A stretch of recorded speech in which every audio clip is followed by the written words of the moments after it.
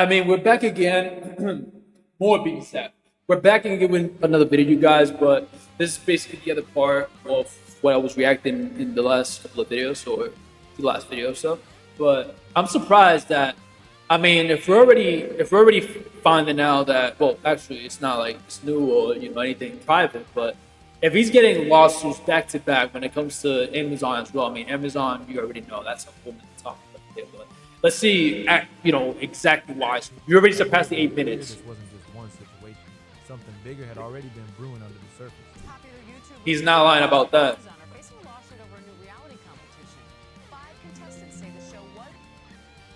So,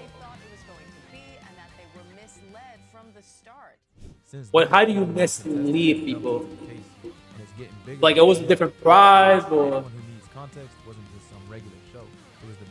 in the Keith Lee situation? Well, it's not a situation, but he was being more than just honest. If he didn't like it, then shoot. Like you can't just fake a liking just because the person is like famous or anything. And you gotta be honest. Like if you're reviewing food in restaurants, you gotta be way more than honest. December 2024, it smashed records left and right, even pulling in multiple Guinness World Records. On paper, it looked like a straight up win, but behind the scenes, the story being told is way different.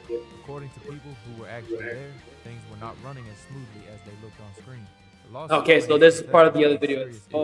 Including misconduct on set, injuries during challenges, and not getting proper medical attention when things went wrong. That's the kind of there was injuries already? No. A lot more complicated. Several contestants said that they had not received their medication on time, including one contestant who needed insulin. Where do you get this? Or even days after their scheduled dosing times. This is so dangerous to a diabetic. This is awful. They even claimed that multiple contestants had to be carried out of the arena on stretchers. That image alone. Where do you find this? Bro, when it comes to something being managed like this, it's difficult to find this information. News. Oh, shoot. Another one. Whoa. Oh, shoot. The biggest reality competition series ever, with 1,000 contestants competing for a $5 million You could tell this is actually like, it's a big deal, you guys. Whatever it is, the first claim, people might forget about it, people might forgive me for it. Second claim is like, all right, you're reaching. Third, fourth, and fifth claim is like, all right, what's going on? Like, it's a pattern. The pattern's already being not built, but shown. Something is off at this point. Single prize in the history of television and streaming. But now 5 of those contestants claiming the show didn't provide fair wages or conditions. Shoot. Their promised reimbursement. No way. Were left without proper food, barely getting sleep, and missing basic meal breaks during filming. And wow. More serious, with allegations that women were denied access to basic feminine hygiene products for days at a time, which has people calling out how something like that could even happen on a set that big. Several contestants wow. when they had sought out production staff members for assistance with medical care, food, and hygiene issues, the staff members you might as well upgrade that part as well. Disorganized. Some staff members yelled and cursed at them. And when you stack all of this together, it starts to paint a picture that's hard to ignore. One claim by itself might get brushed off, maybe even explained away. But this many stories lining up starts to feel different. People from totally different positions, contestants, former staff, insiders, wow. pointing at issues that shouldn't be happening at this level. What really has people talking is how fast everything seemed to grow. Feast industries didn't just expand, it exploded into something massive almost overnight. With that kind of structure underneath isn't solid. And now people are questioning whether things were being handled the right way behind the scenes. There's also a bigger conversation starting to build around accountability. When a brand is built on generosity and doing good, expectations hit a whole different level. So when allegations... You already know expectations are way above the roof. And way more at his level. At this point, it's not just about one lawsuit or one show anymore. It's about whether the system behind it all was ever built to handle this kind of scale without things going left. And it gets even worse when you hear what they say happened after complaints were made. True. It doesn't go away. People don't forget. These industries officers allegedly laughed about it. That detail comes straight out of the Marwa lawsuit, which hits different because now you've got employees and contestants both pointing at the same kind of toxic culture from completely different sides. Then there's one of the wildest accusations. That is bad. Employee and contestant, two different things, bro. Huh? No. lawsuit claims that contestants were pressured into signing misleading paperwork. The reason? Supposedly to help Beast Industries improperly secure Nevada state tax credit. No. Drama anymore. That steps into something way more serious that could bring legal consequences if proven true. As all of this started leaking out before the show even aired, Jimmy jumped on X trying to. What is? He said there was tons of behind-the-scenes footage that would prove these claims were being blown out of proportion, but he couldn't release it yet because it would spoil the show. He doubled down on that same message. That live is still. There's another video I did. I believe I already did that video on it. He had to let his lawyers deal with Of Aiden Ross and Mr. Beast. Personally spoke to 700 or 800 contestants, saying they all had a great time. Now people are weighing both sides, trying to figure out what really went down. Mr. Beast's production. Wow. Amazon missed Whoa. exploited them. They say they were in unreasonable, unsafe Wait, he was there? employment conditions. How do you respond to that? I gotta let the lawyers handle that. I can't comment on it, but I can say I personally talked to 800 contestants. They all want to come back. They all had a great time, and you can watch their content online, and I think it speaks for itself. Even with all this noise, Amazon still renewed the show for 2 more seasons, so they're clearly not backing off. And on the money side, Beast Yeah, they're not Industries backing up fast. In January 2026, the company pulled in $200 million at a $5 billion valuation, which is huge by any standard. If you just What did look you at say? Go back. Need to listen to that. I'm gonna put a little bit up. I can't hear it. Wait. That was kind of fun. Let me just say the speaker. I'm gonna put it back right here. What did he actually say? Take it out. And I gotta hurry up to get this done. Let's see what he said. the show for 2 more seasons, so they're clearly not backing off. And on the money side, Beast Industries is still moving up fast. In January 2026, the company pulled in $200 million at a $5 billion valuation, which is huge by any standard. If you just look at the numbers, everything still screams growth and success. But when you step back and really look at the past few years, a pattern starts to stand out, and people are paying attention. Because this isn't just one situation anymore, it's multiple issues stacking up over time. If there's a pattern going on, then you already know. I'm not saying that anything bad can happen. I mean, Amazon is it's one of the best examples I can get out there. If not, there's others worse than Amazon. But Amazon, there's so many situations when it comes to, especially with the employee side. I feel like it's both sides. It's just not one side at all. Because if I'm gonna call out one side, I might as well call the other one because, it's a double sword at the end of the day. The employee, you got good employees and you also got bad employees. You got good bosses or good leaders and extremely bad leaders. I mean, it goes both ways. You can't please everybody.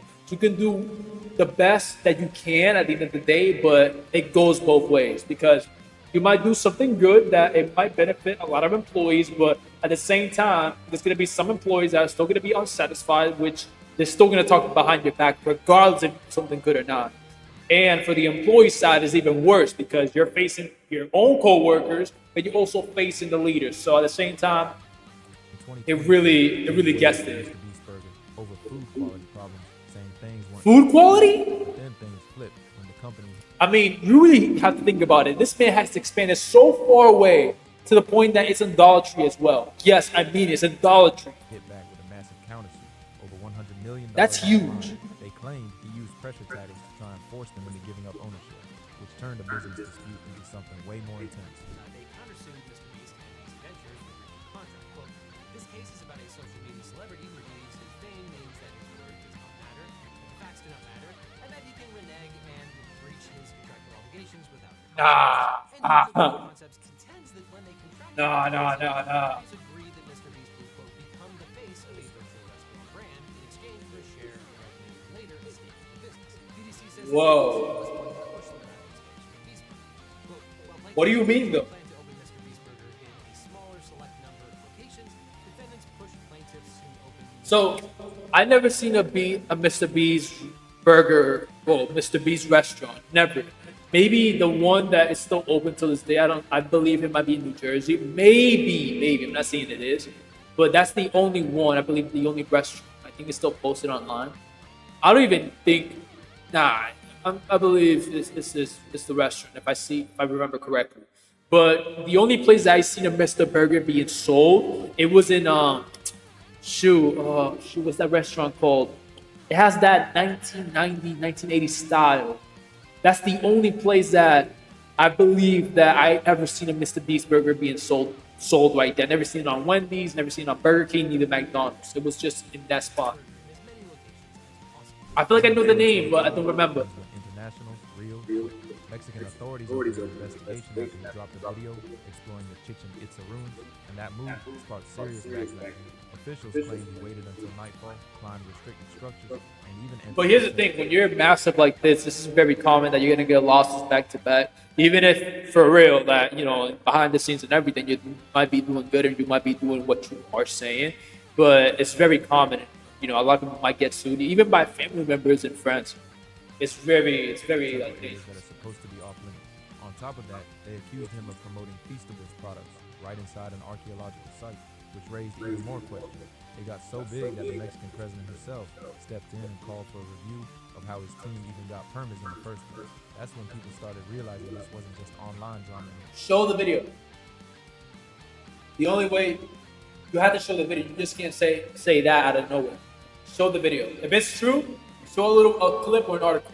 It was reaching government level attention. Authorities suing There the it company is. they say helped YouTube megastar Mr. Beast produce this now viral video Why is this not in a museum? Why is a YouTuber holding this? Get this away from me. titled "I Explored 2,000-Year-Old Ancient Temples." Wait, that was real? Racked up over 60 million views in less than a week. This is the door to the inside of this massive Mayan temple. No way that's real, you guys. No way. By the nation's ancient pyramids violated the terms of government permissions.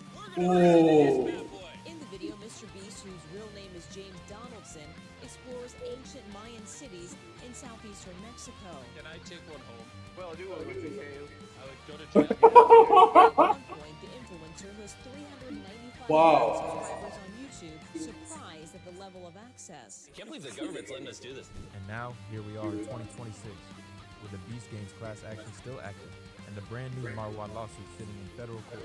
That's multiple serious situations all happening at the same time, and people are Wow. connecting the dots fast. Every single case might be different on the surface, different details, different people involved, but they all seem to point Oh, back like to the action. same core issue. The idea that this company has been moving like the normal rules don't fully apply to them, and that mindset is what's really Wow. getting attention now. Because at the center of all this, it's not just about one controversy.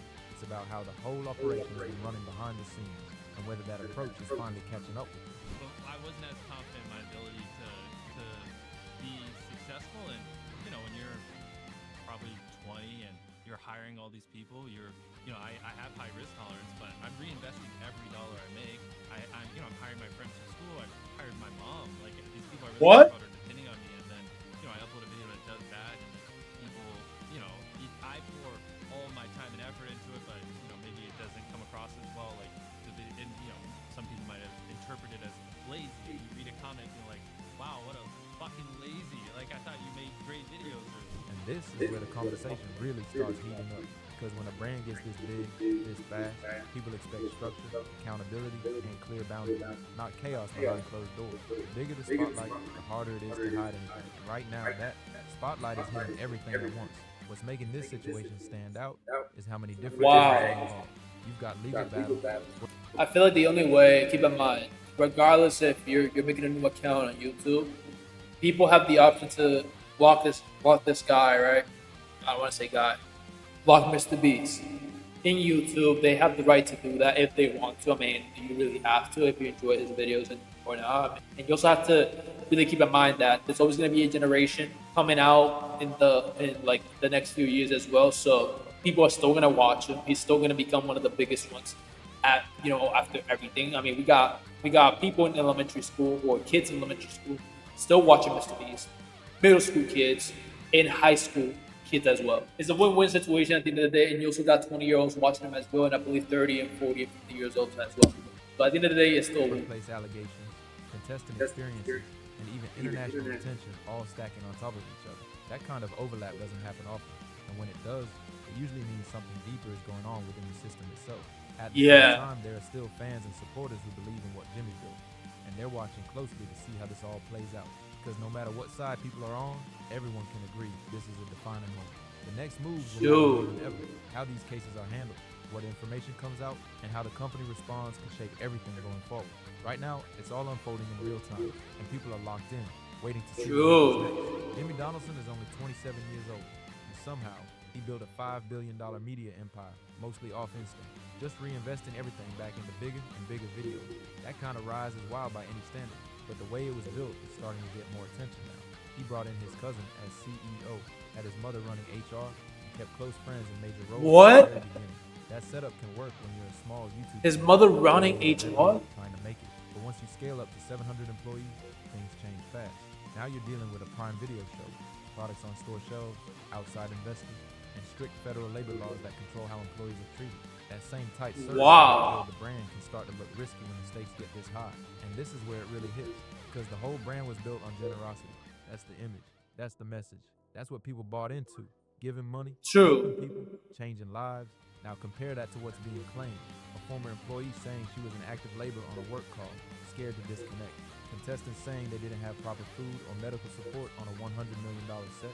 That gap between the promise and the allegations isn't small, it's the complete opposite. And people are not contrast anymore. A former employee is suing his production company. I was yelled at, cursed at. Lorraine Mavromatis claimed she was subject to sexual harassment and gender bias. I was obligated to attend one-on-one meetings at the CEO's house by myself in an upstairs room only lit by a side lamp. Her lawsuit claims male employees would tell women to shut up in meetings and mock female participants. Whoa. That's serious, though. Environment people think it's about trust. Usually how these high I mean, keep in mind, you guys, like, at the end of the day, the employee wins when it comes to situations like this, especially that, you know, you're a public figure as well. Your brand can be taken down at any moment. I feel like for other YouTubers, it would have been very easy by just getting you banned. But when you become this big, especially that you're the top, like 0.0001% on YouTube, it's like for YouTube, you're a cash cow. You're something that just generates money all over. Like, wow. That's out of his businesses as well. Like, besides the burger, like the food that he sells, any other items that has to do with Mr. Beast. It doesn't. It just doesn't. It stays in the claim, and somebody can use it all over again in other videos as well. It's not gonna go away ever. But at the same time, what else can I say, you guys? I hope you guys enjoyed this video. Don't forget to like, subscribe, God bless one of you as always. And we're gonna get right to the next video. And if we find something similar like this, we're also gonna react to it, and we're gonna give our own opinion or my own opinion, guys. Y'all already know. I am out.